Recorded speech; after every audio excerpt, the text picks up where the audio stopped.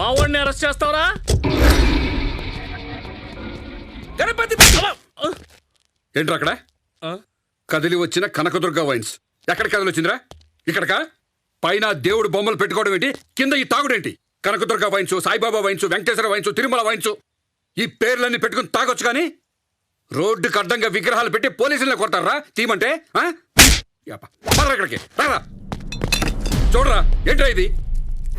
ఎక్కడ పడితే అక్కడ దేవుడు బొమ్మల్ని విగ్రహాల్ని చెత్త కుప్పల్లో మురికాలంలో పడేస్తున్నారు. అక్కడ విదేశాల్లో దేవుడి బొమ్మల్ని షర్ట్ల మీద, ప్యాంట్ల మీద, చెప్పుల మీద, ఆఖరికి కట్టాయిల మీద కూడా వేసి అవమానిస్తున్నారు. భక్తి అంటే రోడ్డుకి అడ్డంగా దేవుడిని పెట్టుకుని డ్యాన్స్ వేయడం కాదు, దేవుడిని రోడ్డు బాలు కాకుండా చూడండి.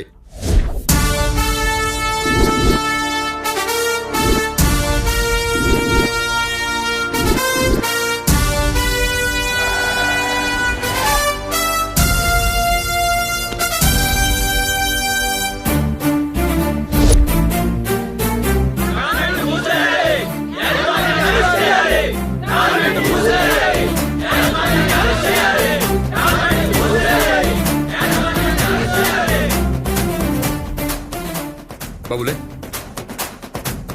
టీచర్లు ఏమన్నా కొట్టారా? నిన్నటి నుంచి వామిటింగ్స్ అవుతున్నాయి. అయినా సరే మా అమ్మ స్కూల్కి పంపించింది సార్. వాళ్ళ అమ్మ లోపలేసేయండి. చీకటి చీల్చగా సూటిగా దూకిన వెచ్చటి వేకువ నువ్వేరు, రేపటి రోజుకు వెలుగులు పంచగా వచ్చిన సూర్యుడు నువ్వేరు. సంద్రాని వై నువ్వు పోటెత్తరా, తీరాన్ని ముంచెత్తగా, సింహాని వై నువ్వు గర్జించరా, చిందులేస్తున్న చెడునంత వేటాడగా. కొడుకు వదిలేసి వెళ్ళిపోయాడంట. అతని కోసం ఎదురు చూస్తూ 3 రోజుల నుంచి ఇక్కడే ఉందంట సార్. అదేం లేదు సార్, ఈ పక్కనే వృద్ధాశ్రమం ఉంది. ప్రతిరోజు ఏ కొడుకో కూతురో ఇలా తల్లిదండ్రులు తీసుకొచ్చి వదిలేసి వెళ్ళిపోతూ ఉంటారు. అది తెలియక వీళ్ళు అమాయకంగా వాళ్ళ కోసం ఎదురు చూస్తూ ఉంటారు సార్.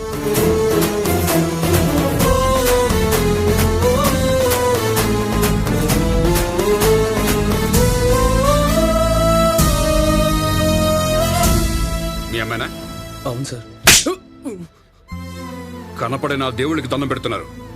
కనిపించిన అమ్మా నాన్నలకు దండం పెట్టకపోయినా పర్వాలేదురా, కనీసం అన్నం అన్న పెట్టండి. బ్రతుకున్నంత వరకు కన్నవాళ్ళ రుణం తీసుకున్నాడు. తల ఎత్తే నిజమల్లి నువ్వు చిగురించగా, తల వంచే ఈ లోకం నీకే, నిలదీసే ప్రశ్నల్లే నువ్వు అడుగేయగా, బదులిచ్చే దమ్ముందా మాగే. నీ ధైర్యమే నీకు సైన్యమా, నీ జాడ దేశాన్ని కాపాడగా.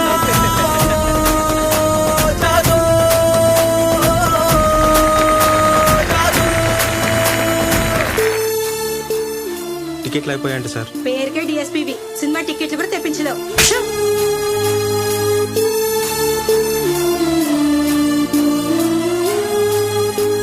వెళ్ళి సారీ చెప్పించండి. అక్కడ చెప్పండి. ప్రెసిడెంట్ గారు, కానిస్టేబుల్ ఎవరు ఇంటి చాకరీ చేయడానికి వీలేదు. అలాగే సార్.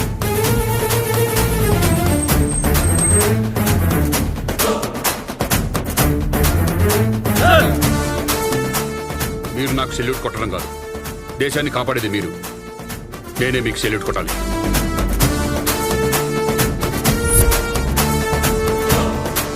క్షేమంగా వెళ్ళండి.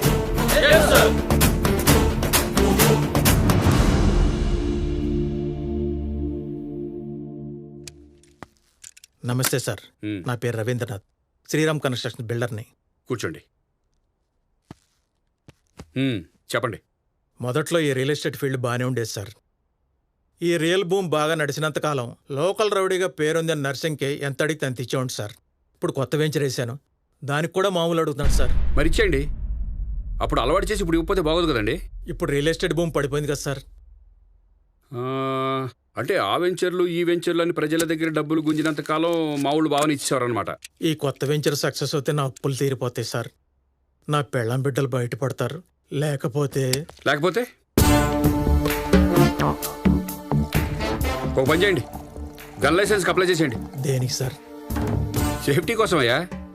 నువ్వు నా కంప్లైంట్ ఇచ్చిన విషయం ఆ నర్సింగ్ తెలిసిందనుకో ఊరుకోడు కదా. అదేనయ్యా, సేఫ్టీ కోసం సినిమా వాళ్ళు, రాజకీయ నాయకులు లైసెన్స్లకు అప్లై చేసుకుంటున్నారు కదా, అలాగే నువ్వు కూడా అప్లై చేసేయి. ఆ పనిలో ఉండు. ఓకే సార్, వెళ్ళొస్తాను సార్. చంద్రమౌళి గారు, సార్. ఖమ్మం స్టేషన్కి వెళ్తున్నారంట. Yes sir. జాగ్రత్త అండి. అలాగే సార్.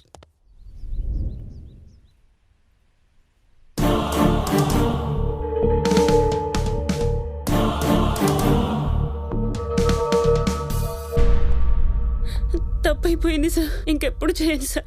ఈ ఒక్కసారికి నన్ను క్షమించండి సార్. ఆంజనేయులు సార్ ఎవరివిడా? చిట్టీలు రాని సార్, మన ఏఎస్ఐ అప్పలరాజు అరెస్ట్ చేసి తీసుకొచ్చారు సార్. దెబ్బలేంటి?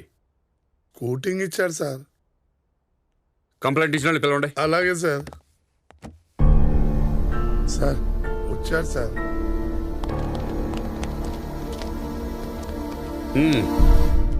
మీరేనా ఆవిడ దగ్గర చిట్టీలు పడింది?